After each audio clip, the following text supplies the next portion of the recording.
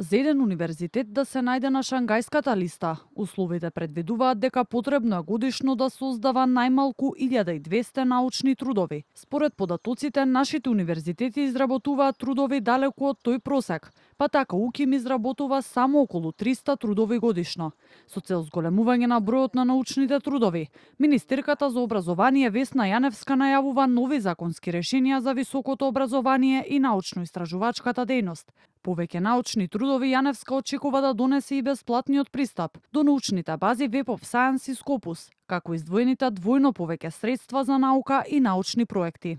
Законите кои треба да ги донесеме заедно со академската фела, на која и тие работеа, ако ги почитуваме, ќе постигнеме многу повеќе од она што сега го имаме, а што ни е цел за во иднина.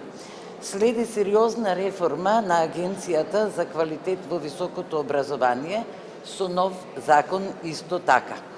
Според ректорката на УКИМ Билјана Ангелова, предусловите за објавување на повеќе научни трудови се веќе создадени, па така во наредниот период ќе се следи дали тие ќе помогнат во зголемување на интересот. Дополнително Ангелова уверува дека УКИМ активно работи и на дигитализацијата, интернационализацијата и подобрување на квалитетот на наставата.